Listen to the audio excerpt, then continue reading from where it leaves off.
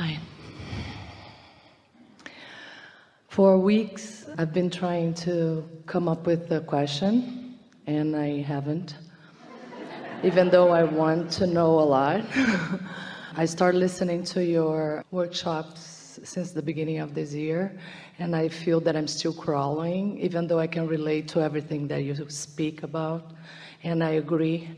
But there is an area in my life that I have a hard time, I have a lot of resistance. Well, then that's an area that you want to deactivate rather than activate. You see, when you say, I had a hard time coming up with a question, or I had a hard time coming up with an issue, what that's saying is that's not the advantage. It's like saying, oh, I need to look for trouble so that Abraham can help me solve my trouble. And we say, why not just let sleeping dogs lie? Why activate them? Are you afraid that you'll trip over them and they'll bite you in the night? Yes. Really? Yes. I understand what you're saying, and well, yeah, I understand what you're saying, but let's just ask you some questions. We're asking all of you, but these are specifically pointed to you. Would you rather feel good than bad? And these questions are going to sound silly, but we really want you to take them as serious questions. Would you rather feel good than bad? Yes. And can you tell the difference between feeling good and feeling bad? Sometimes I can't. Well, then poke at it longer and it'll become more clear. You see, we don't believe that that's true. We believe that you can always tell the difference between what feels good and what feels bad. Sometimes you can get focused upon something that feels bad and badder and badder and badder and badder and badder, but there's no question in your mind that it doesn't feel good. Some things feel worse than other things, but some things feel way better than other things. And so our question to all of humanity is, why would you ever spend any time focused upon something that feels bad? And the answer to that has to be because I don't know any better, because I don't know about law of attraction, because I don't understand that my inner being isn't focused there. It has to be a misunderstanding of the laws of the universe. There is no justification that is valid for why anyone would stay focused upon something that doesn't feel good. You're just not that masochistic. You aren't. Okay, so let me just be more specific then. Is it going to make you feel bad?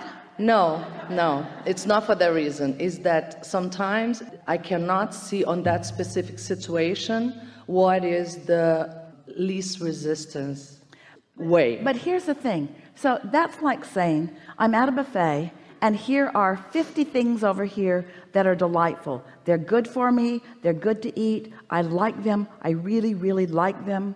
It's the most magnificent spread of buffet that I've ever seen anywhere. And over here, there is an item that every time I eat it, I vomit. Let me see, what should I eat? Yep, I better eat that. I better eat that bad thing. Better eat that. Why? Well, my mother ate it. Her mother ate it. It's just what we do. Okay. And we say, that's just dumb. Yeah, I hear you. You know better. You can tell by the way you feel. But there is this human, maybe even universal, desire to make what is bad feel better. Law of attraction just never lets that happen. You can't take what feels bad and make it feel better, but you can focus on what feels good and cause it to gain more momentum, which will cause what feels bad to not come into your experience anymore. The misunderstanding is that, and you sort of started that way, you said, I've been really trying to think of what I might ask, and it's sort of like I need to find some issue that is really worthy of digging into and solving it. No, it's not that. No.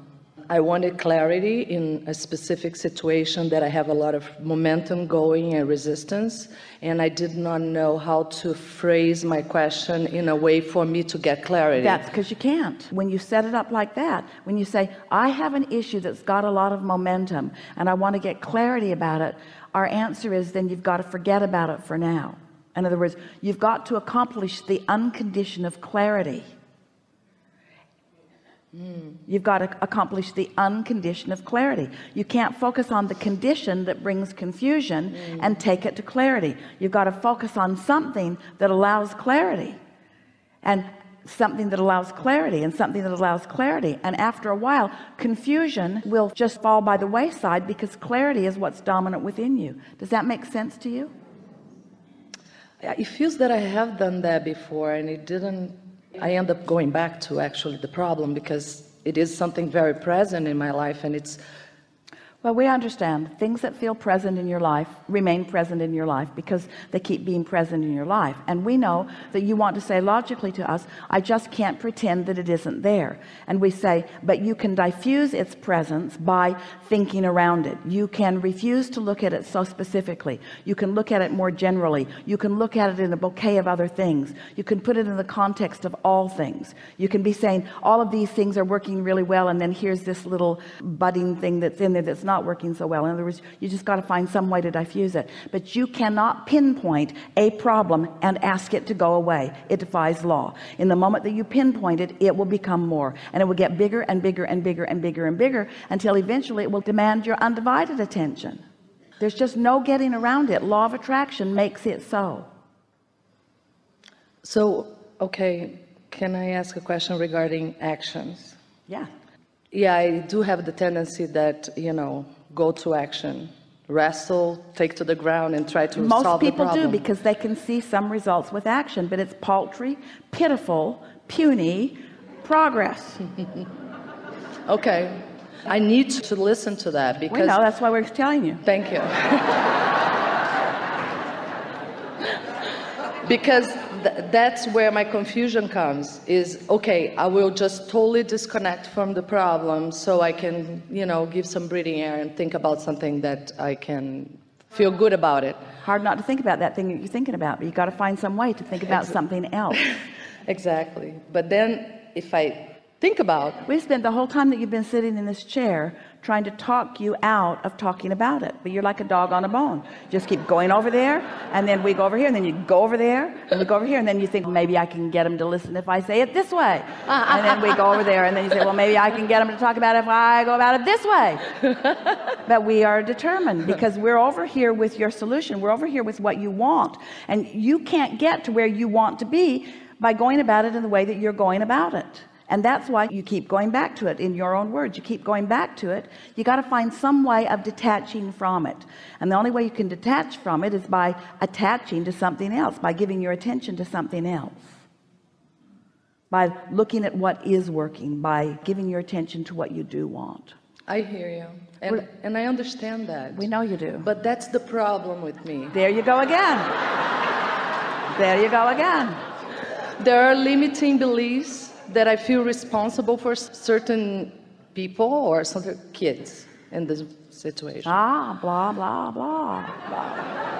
I hear you, but it's still... You see, reality, what is compelling, isn't it? Because you can see it and hear it and smell it and taste it and touch it. They call you, they talk to you, they want things from you, they evoke feelings from you. We get it. We understand that what is very compelling. And that's why so many teachers, and we're talking about it in a way that you haven't heard before, but it's a subject of unconditional love. Unconditional. You have to find a way to connect with source. And so what that's actually saying is, if there's a condition that deprives you of source, and it does, and you know it does because you feel bad when you think about it. If there is a condition, we don't care if you gave birth to it. If there is a condition that deprives you of your alignment, you've got to let it go for a while. You cannot sacrifice your alignment for the condition, or you'll never be able to improve the condition. It will not improve. So you have to unconditionally care about your alignment so much. So sometimes people say, well, okay, I'll do that so that I can help that. Now you're looking back at the condition again. We say, no, we don't want to talk about that anymore. We just want to talk about how it feels to have clarity, how it feels to feel love. Okay, but I want to talk about clarity and love as it relates to that. No, you're not going to be able to go there yet because you're too practiced on that. So we want to talk about love and clarity and fun. And you say, I just can't go. I'm too wadded up in all of this. So we say, then take a nap. And when you wake up, you won't be quite that wadded up. So you wake up and you're not that wadded up. And then you think about that, and then you're that wadded up. It's habits of thought. But eventually, when you know the process, if we can convince you, if you believe what we're saying, if you believe that your desire in life is to align with source energy who holds dear and strong and specific and steady all of the results relative to everything that you want, if you can find a way of finding alignment with that, general alignment with that, every problem in your world will dissolve, because in your absence of attention to it, it cannot exist. You say, really? Really? Are you saying that I can solve the problems of people that I care about? Yeah, your power of influence is that strong. You have the ability to see them as your source sees them. You have the ability to see them as their source sees them. You have the ability to be the provider of such influence that when they are in your vicinity, that they cannot feel the way that they formerly felt. You have the ability to harness that much energy that creates worlds and flow it in the direction of someone that you care about. But you got to practice it. You've got to hook to the energy before you can begin to do that, you see. And so that's why this matters so much. This is what this pre-birth agreement with both of you is about. That's what it's about. It's about someone saying, I'm not going to be your path of least resistance. You're going to have to find your own path of least resistance. I'm not going to jump through all the hoops so that I can just be an object of your attention where you can just feel good when you look at me. You're going to have to work for your alignment with me. And we say, those people who are stubborn like that really serve you well. And those pleasers, they teach you conditional love. Why can't you be more like that person? When I think about that person, I'm happy. Why can't you be more like that? Because I am your gift of alignment. You'll just get dependent on more like me, and before you know it, you'll be demanding that everybody be just the way you want them to be. And before you know it, you're going to be off in a really lonely place, because nobody's really working for your alignment. Everybody's sort of in this for their own, you see. Strong words, but so helpful. So helpful. We've beaten you down. Yeah, what can I say after that? Really? Really?